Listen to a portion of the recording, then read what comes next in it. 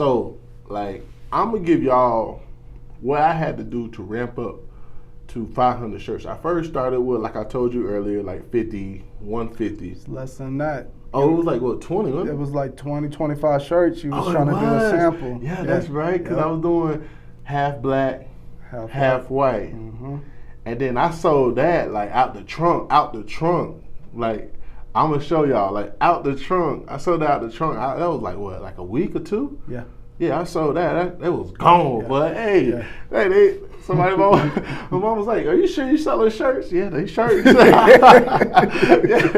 Hey, because I was, you know, hey, touch this, feel this. This is what it is, man. I ain't know you never felt nothing like this. This ain't no heavy gilded. Right. Come on, man, get with me. I'm over here talking, hey, cash money, baby. But the biggest thing was when you sell out like that, now you start getting a demand.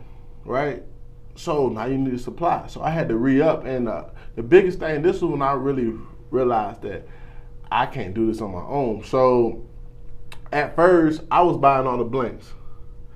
And what I want to really, really hammer on buying blanks, right, is you only have 30 days to return it. After them 30 days, you got to keep it.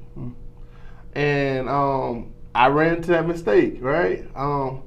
I brought some, and I saw something like little things, like strings. It was hanging and dangling, and it had like little holes, like right here.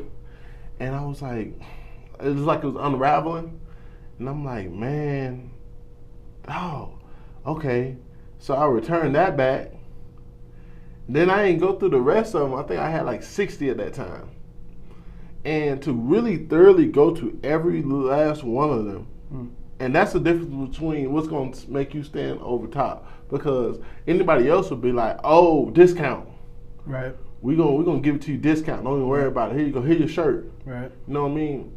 For me, I was like, nah, I can't do that. I can't sell it to you. I can give it to you, but I really don't even want to give it to you because I want to show you like I'm really about quality. You feel me? And my big step was after that, I had to take a loss on probably like 20 shirts. They had like strings dangling, things just weren't right. And then I went to Bryce. I was like, man, hey man, you order, man, because I didn't have the time to do pop-ups. I was doing marketing. I was trying to get my name out there. I'm going to every basketball game. I'm doing all that, so I don't have time to literally go through every shirt and see if something's wrong with it. So I hand off my duties to, I said, first Ave Thread, hey, can you do this? You said, no problem. And then we went to the big step, man. We went to it, and because we were selling them so fast, we went to the big dog. So I said, you know what? Let's do 500 shirts. 5 colors, 100 each. And we went from kids shirts all the way up to 2X. And like, that was a big challenge. Just first get the money up for like that. And also just like, you know what I'm saying? That's when you know like, okay, my business is really becoming elite. Yes, you know what I'm saying? We getting to the point where we're spending $1,000 on just t-shirts. On blanks. On blanks, but nothing's on them. Yeah. Blanks. So like it took me a while to really realize because I was cool with trapping out but one thing I want y'all to know is I was not getting anything in return when I was trapping out because you need emails and you need phone numbers. I mean, I could have got a pencil and paper and did all that, but maybe I can't read their handwriting. But if I can get these same people to get on Shopify, Shopify is going to get their emails, their phone numbers, so I can resell to those customers. You know what I'm saying? When you're doing outside, you're doing on the trunk and stuff like that, that's cool. It's coming, it's going. But you need to be able to let these customers know, hey, I got something new. And once I realized that, that's when I really turned it over to First Ave. I said, I can't keep selling stuff out the trunk. Yeah, I'm making money, but those same people, I missed out on them. Because they was getting to the point where they didn't want to shop online. They're like, nah, bro, I want to come see you in person. I'm like, nah, I'll just ship it to you. Nah, bro, I want to see you in person. So I had to stop that interaction because that's my time. I done lost about, I don't know, maybe like 3 hours per day trying to go to different. Sell a shirt. Yeah, sell a shirt. Going, oh yeah, bro. Hey man, I ain't over here no more, man. I'm in Lakewood. I'm like, dang, okay. So I'll drop it off in Lakewood. I'm not getting paid for this gas. Right. You know what I'm saying? Right. And or I might make a mistake and give him the wrong size. So guess who got to go back? You know? And I just had to realize that. So that was my thing when I had to ramp up to 500 shirts. That's the steps I had to go through. And there was a lot of trials and tribulations during that. I want you to, when I came to you, give them the steps that it took you to be prepared for those 500 shirts.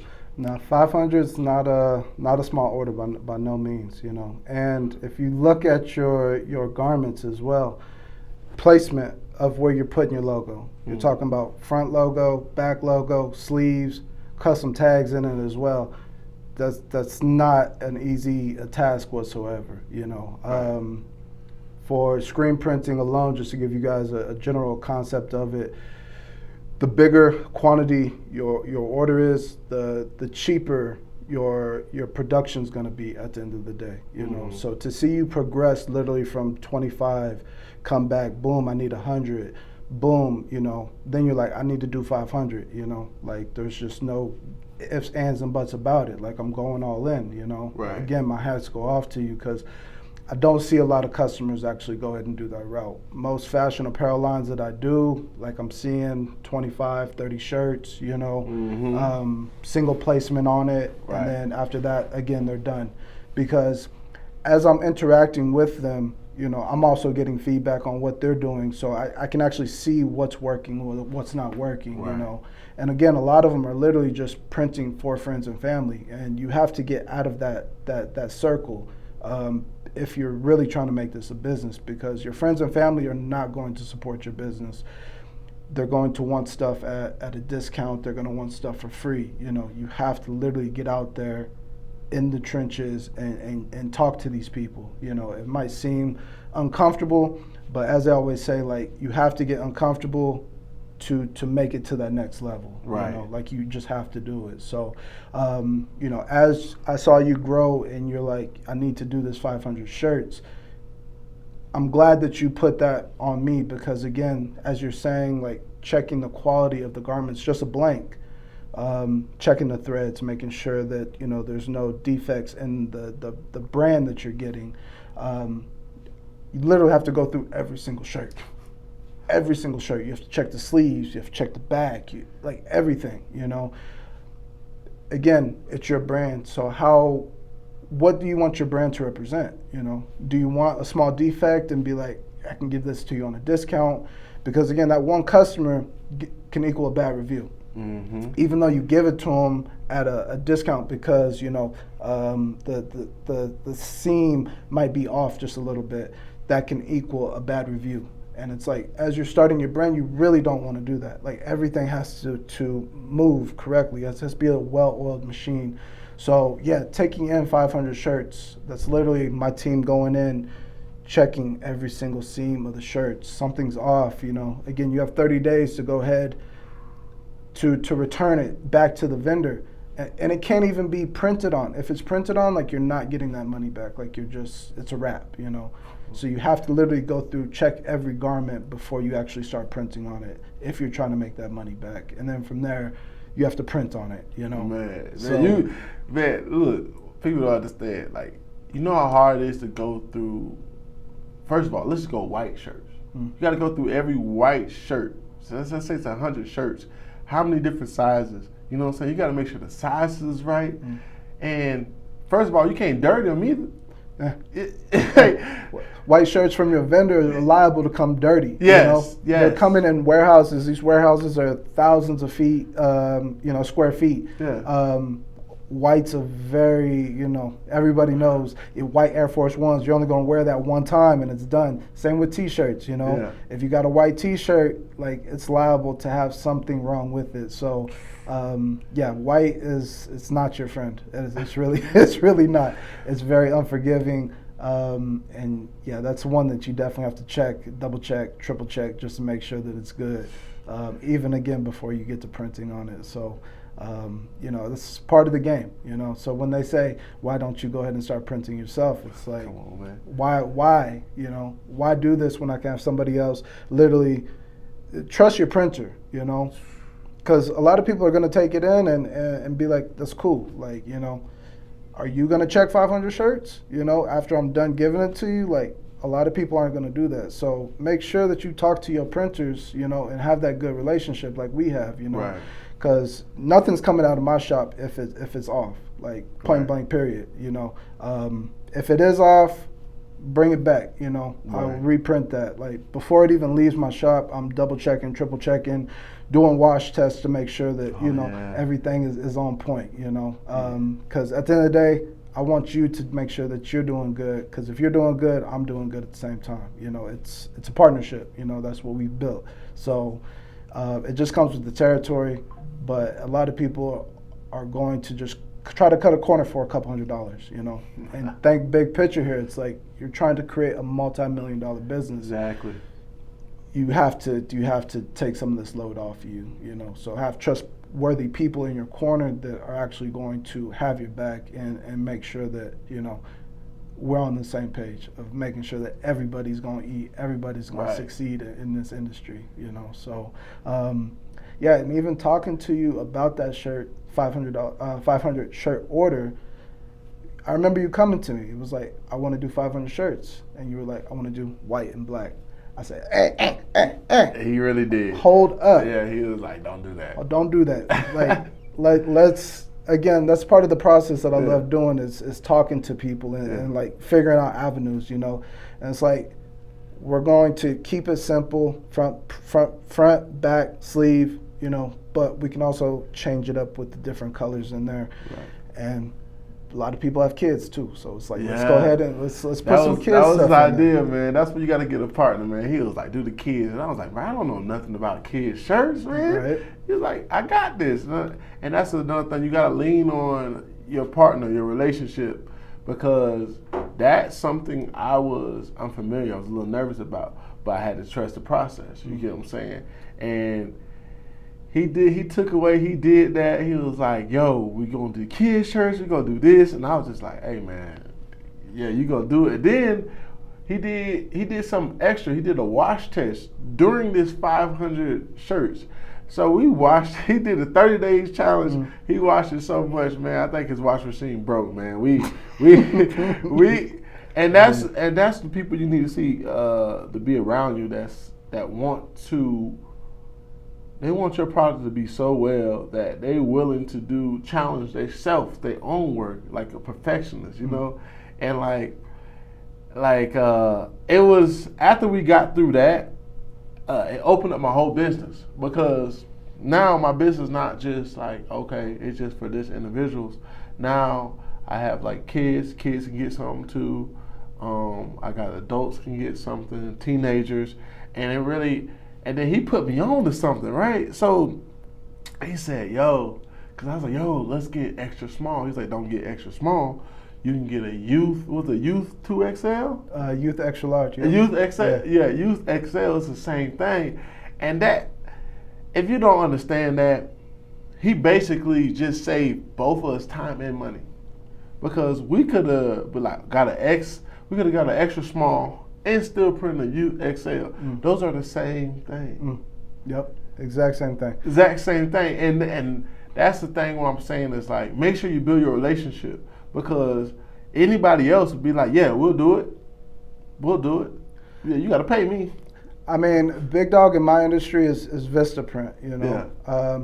You're not going to be able to get somebody on the phone on Vista placing an order. It's literally so commercial that if you're just starting off and you don't know what you're doing, they're going to take your money and they're going to bite you for it. You know, I've had plenty of people come to me from a bad experience with a bigger printer, Vistaprint, for example.